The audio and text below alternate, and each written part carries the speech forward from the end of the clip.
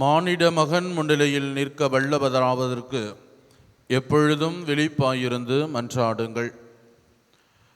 இயேசு கிறிஸ்துவில் பிரியமான சகோதர சகோதரிகளே, இன்று திருவழிபாட்டு ஆண்டின் இறுதி நாளிலே இருக்கிற நீங்களும் நானும் இந்த ஆண்டு முழுவதுமாய் இறைவனிடமிருந்து பெற்றுக்கொண்ட எல்லா நன்மை தலங்களுக்கும் அவருக்கு நன்றி செலுத்துவோம்.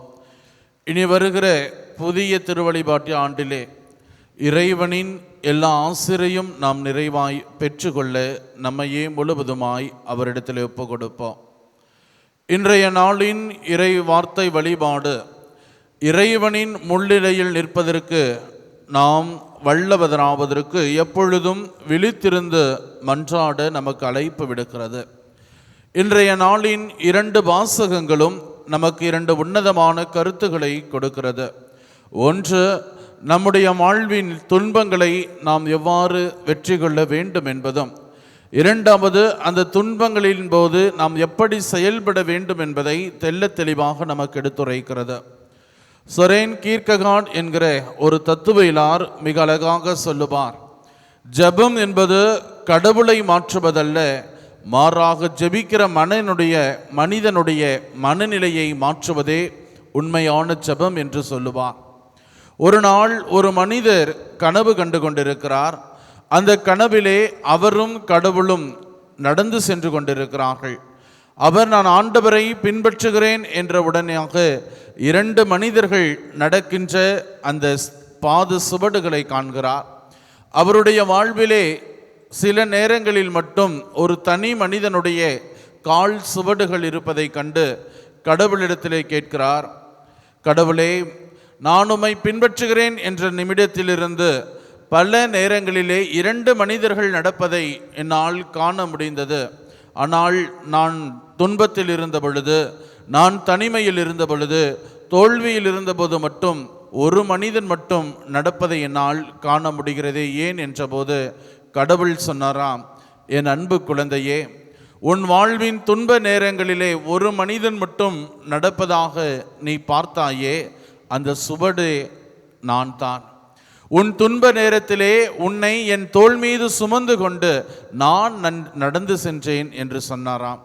ஆம், இயேசுவில் பிரியமான சகோதர சகோதரிகளே, நம்முடைய அன்றாட வாழ்வில் கூட நாம் ஜெபத்தின் வழியாக இறைவனோடு இணைந்திருக்கிற பொழுது, ஜெபத்தின் வழியாக அவரின் நிலையிலே நாம் தஞ்சம் அடைகிற பொழுது, அவரின் அடைக்கலத்தை நாடுகிற பொழுது, இறைவன் தன்னுடைய அந்த அன்பான இறக்கைகளின் கீழ் நமக்கு புகலிடம் தந்து, நமக்கு அடைக்கலம் தந்து நம்மை காத்து வழிநடத்துகிறார் என்பதே ஒரு நிதர்சன உண்மையாக இருக்கிறது.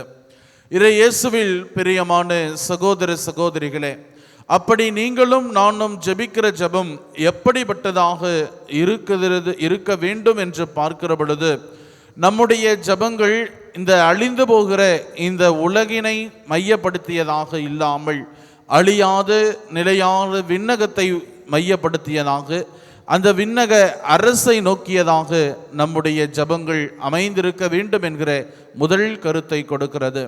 இரண்டாவது, ஆண்டின் இறுதி நாளிலே தாயாம் திரு அவை இன்றைய நாளின் இறை வார்த்தை வழிபாடு வழியாக நமக்கு கொடுக்கிற செய்தி, மானிட மகனின் வருகைக்காக நம்மை எப்பொழுதும் விழிப்பாயிருந்து மன்றாட நமக்கு அழைப்பு விடுக்கிறது.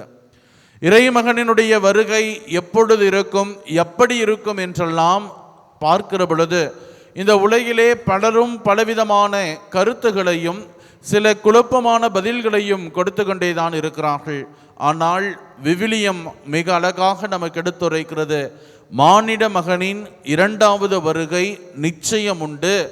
ஆனால் அது எப்பொழுது நிகழும், எப்படி நிகழும், எங்கு நிகழும் என்பது இறை தந்தைக்கு தவிர வேறு யாருக்கும் தெரியாது.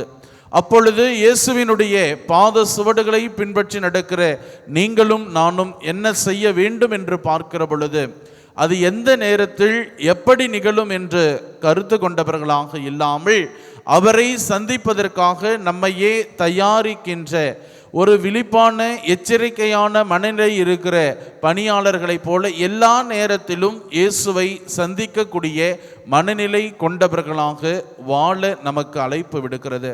சிந்தித்து பார்ப்போம்.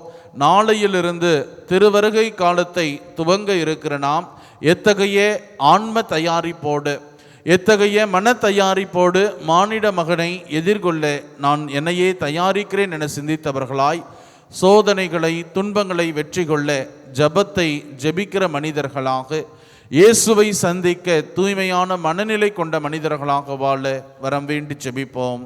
ஆமேன்.